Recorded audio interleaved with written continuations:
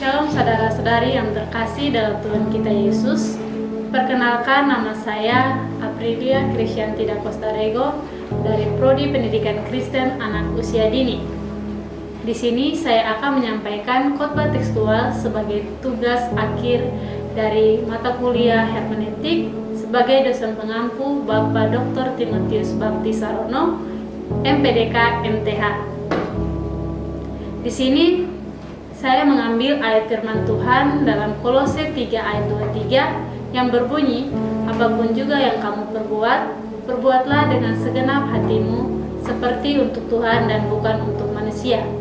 Dalam Kolose 3 ayat 23 ini, saya mengambil tema yaitu bekerja dengan sepenuh hati untuk kemuliaan Tuhan.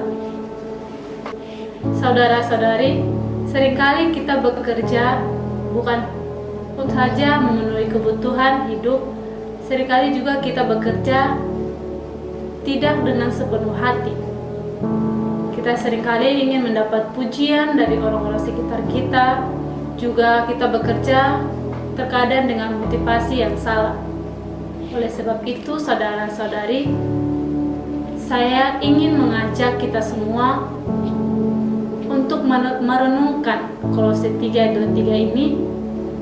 Sebagaimana orang Kristen, kita diajarkan untuk bekerja bukan hanya sekedar aktivitas duniawi, melainkan bentuk ibadah yang memuliakan Tuhan. Ketika kita melakukannya dengan sepenuh hati, motivasi kita berubah bukan pujian manusia, tetapi untuk menghormati Allah. Jadi saudara-saudari, ini merupakan panggilan kita sebagai orang percaya, menjadikan setiap pekerjaan sebagai kesempatan untuk mencerminkan kasih dan kesetiaan kepadanya. Untuk memahami Kolose 3 ayat 23 ini, kita perlu memahami makna kata dalam bahasa Yunani serta konteks dan pesan yang ingin disampaikan kepada kita. Di sini kita akan membaca 3 terjemahan, yaitu yang pertama New International Version yang berbunyi, apapun yang Anda kerjakan, kerjakanlah dengan segenap hati seperti bekerja untuk Tuhan dan bukan untuk manusia. Kedua, New King James Version. Dan segala sesuatu yang kamu perbuat, perbuatlah dengan segenap hatimu seperti untuk Tuhan dan bukan untuk manusia atau tuan. Dan terakhir, New American Standard Bible. Apapun yang kamu kerjakan, kerjakanlah dengan sungguh-sungguh seperti untuk Tuhan dan bukan untuk manusia. Dari ketiga terjemahan tadi menyampaikan pesan yang sama, di mana yaitu dalam segala pekerjaan lakukanlah dengan segenap hati dan sungguh-sungguh seperti bekerja untuk Tuhan dan bukan untuk manusia.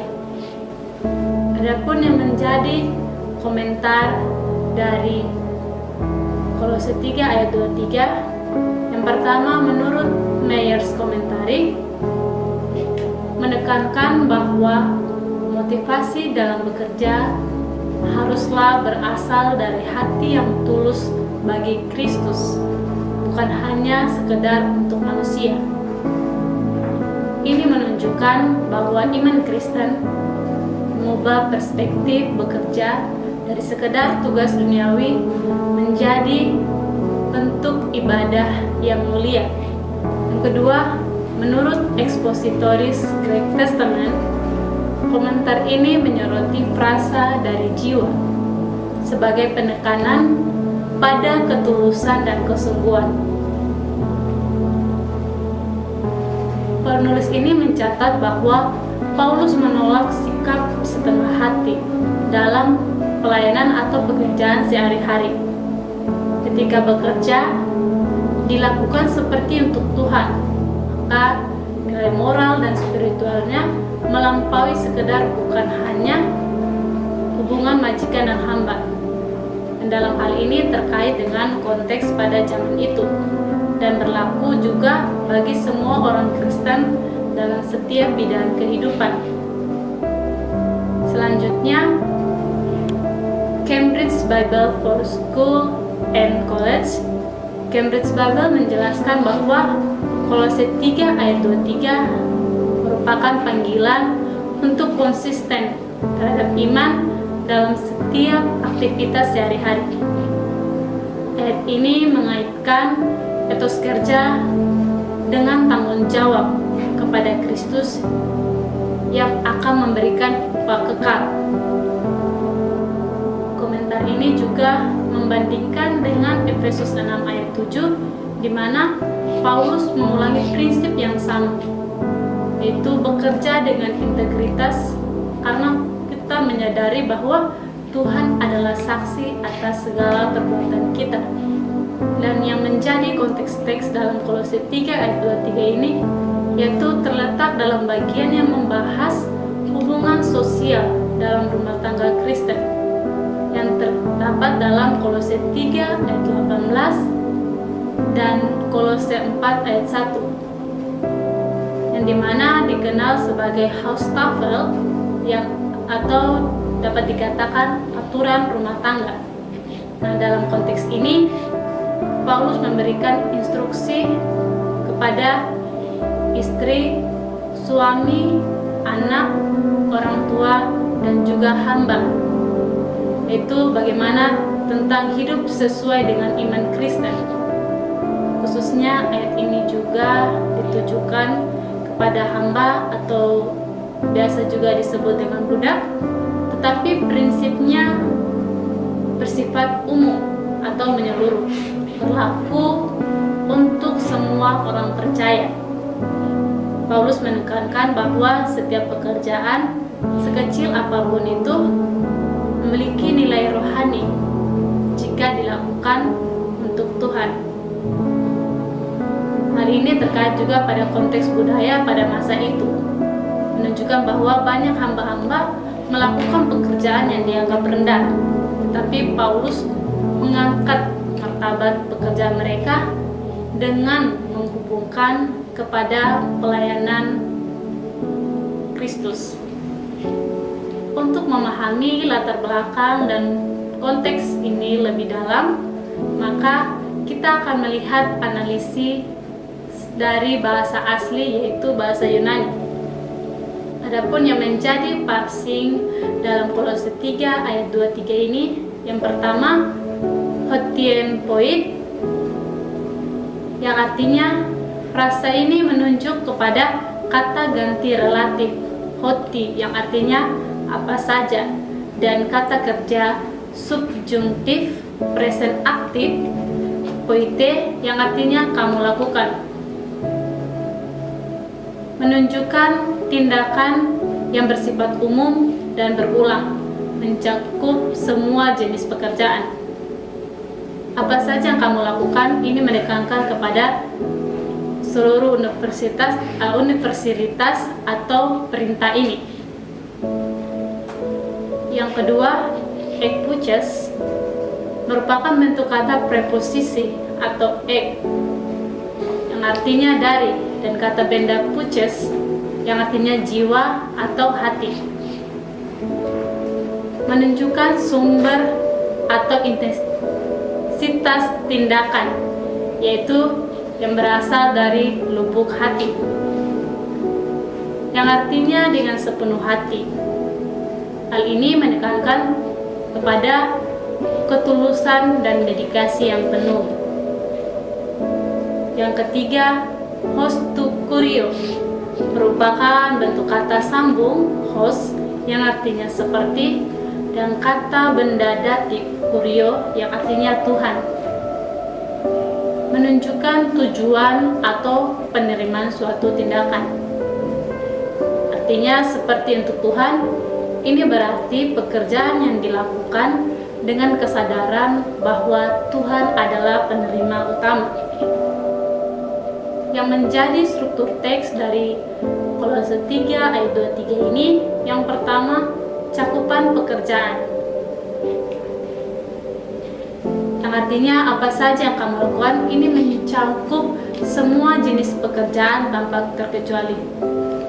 Baik dari pekerjaan yang kecil sampai pada pekerjaan yang besar seperti ibu rumah tangga ataupun CEO. Yang kedua, cara melakukan pekerjaan. Lakukan dengan sepenuh hati. Ini menekankan pada sikap dan intensitas dalam bekerja. Yang ketiga, tujuan pekerjaan. Seperti untuk Tuhan dan bukan manusia. Ini menunjukkan motivasi rohani yang mengarahkan pekerjaan kepada kemuliaan Tuhan. Yang menjadi perbandingan dari 3 terjemahan. Yang pertama, New International Version menekankan kerja dengan segenap hati untuk Tuhan dan bukan untuk manusia. Dalam New International Version ini lebih mudah diakses oleh pembaca modern. Yang berikutnya, New King James Version menyoroti kebutuhan atau ketulusan dan orientasi kepada Tuhan. Dan yang ketiga, New American Standard Bible menekankan pekerjaan yang dilakukan dengan sepenuh hati dan penuh semangat untuk Tuhan. Jadi saudara-saudara, yang menjadi aplikasi yang dapat kita lakukan dalam kehidupan sehari-hari, yang pertama, bekerja dengan integritas. Artinya saudara-saudara, bekerja dengan integritas ini yaitu kita melakukan pekerjaan dengan jujur dan tanggung jawab, bahkan ketika tidak ada yang mengawasi, karena Tuhan melihat. Nah, bekerja dengan integritas ini artinya kita melakukan suatu pekerjaan kita dengan baik, dengan penuh integritas, walaupun terkadang orang-orang di sekitar tidak melihat apa yang kita lakukan, tapi Tuhan melihat apa yang kita perbuat. Yang kedua, motivasi yang benar. Nah, dalam kehidupan sehari-hari kita, saat kita bekerja, tentu dibutuhkan motivasi yang benar juga. Itu dimana ketika kita bekerja, kita harus merubah motivasi kita dari sekedar mencari penghargaan atau pujian dari manusia, tetapi menjadikan pekerjaan itu sebagai bentuk kita memuliakan Tuhan. Yang ketiga, konsistensi. Nah, dalam kehidupan sehari-hari kita, konsistensi ini yaitu bekerja dengan sepenuh hati, berarti memberikan yang terbaik secara konsisten, bukan hanya saat semangat. Nah, seringkali juga kita bekerja ini kadang juga tidak konsisten karena kita mengharapkan hal-hal lain dari orang lain. Mungkin kita sebagai karyawan dalam satu toko, di situ terkadang tidak konsisten dalam bekerja. Kita hanya mencari, kita bekerja ketika bos kita melihat kita. Nah, ketika bos kita tidak melihat kita tidak bekerja. Itu merupakan hal yang tidak baik dan tidak boleh kita lakukan. Dan yang menjadi ayat pendukung dari Kolose 3 ayat 23 ini, yang pertama, Efesus 6 ayat 7. Berbunyi, layanilah dengan baik hati seperti orang yang melayani Tuhan dan bukan manusia. Yang berikutnya, Matius 5 ayat 16. Jadi, jika kamu makan atau minum atau melakukan sesuatu yang lain, lakukanlah semua itu untuk kemuliaan Allah. Dan yang terakhir, 1 Korintus 10 ayat 31. Demikianlah hendaknya terangmu bercahaya di depan orang, supaya mereka melihat perbuatanmu yang baik dan memuliakan Bapamu yang di surga. Nah, Efesus 6 ayat 7 ini berkata, layanilah dengan baik hati, seperti orang yang melayani Tuhan dan bukan untuk manusia. Nah, dalam Efesus 6 ayat 7 ini, bagaimana kita melayani dengan baik hati, dengan ketulusan hati yang baik, dan semua itu kita layani untuk Tuhan dan bukan untuk manusia. Dan dalam Matius 5 ayat 16 ini, jika kamu makan atau minum atau melakukan sesuatu yang lain, lakukanlah semua untuk kemuliaan Tuhan. Jadi dalam hal-hal kecil apapun itu, dari kita makan, minum, bangun tidur, semua itu kita lakukan untuk kemuliaan Tuhan. Dan yang terakhir itu 1 Korintus 10 ayat 31, demikianlah hendakmu terangmu bercahaya di depan orang, supaya mereka melihat perbuatanmu yang baik dan memuliakan Bapamu yang di surga. Nah, 1 Korintus 10 ayat 31 ini itu bagaimana kita melakukan sesuatu yang baik. Dari situ orang-orang dapat melihat perbuatan kita dan memuliakan Bapa yang di surga. Akhir dari khotbah tekstual ini, saudara-saudara yang dikasihi Tuhan, Kolose 3 ayat 23 mengingatkan kita bahwa pekerjaan bukan hanya sekedar rutinitas untuk memenuhi kebutuhan hidup, tetapi adalah sebuah bentuk panggilan suci untuk memuliakan Tuhan. Ketika kita bekerja dengan sepenuh hati, dengan motivasi untuk melayani Kristus, setiap apa yang dilakukan dari pekerjaan kita, hal itu menjadi sebuah ibadah yang berkenan di hadapannya.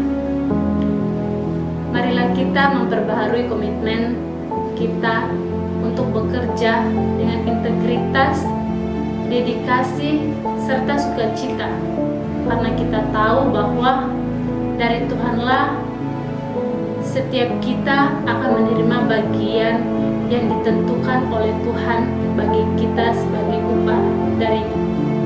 Amin. Tuhan Yesus memberkati.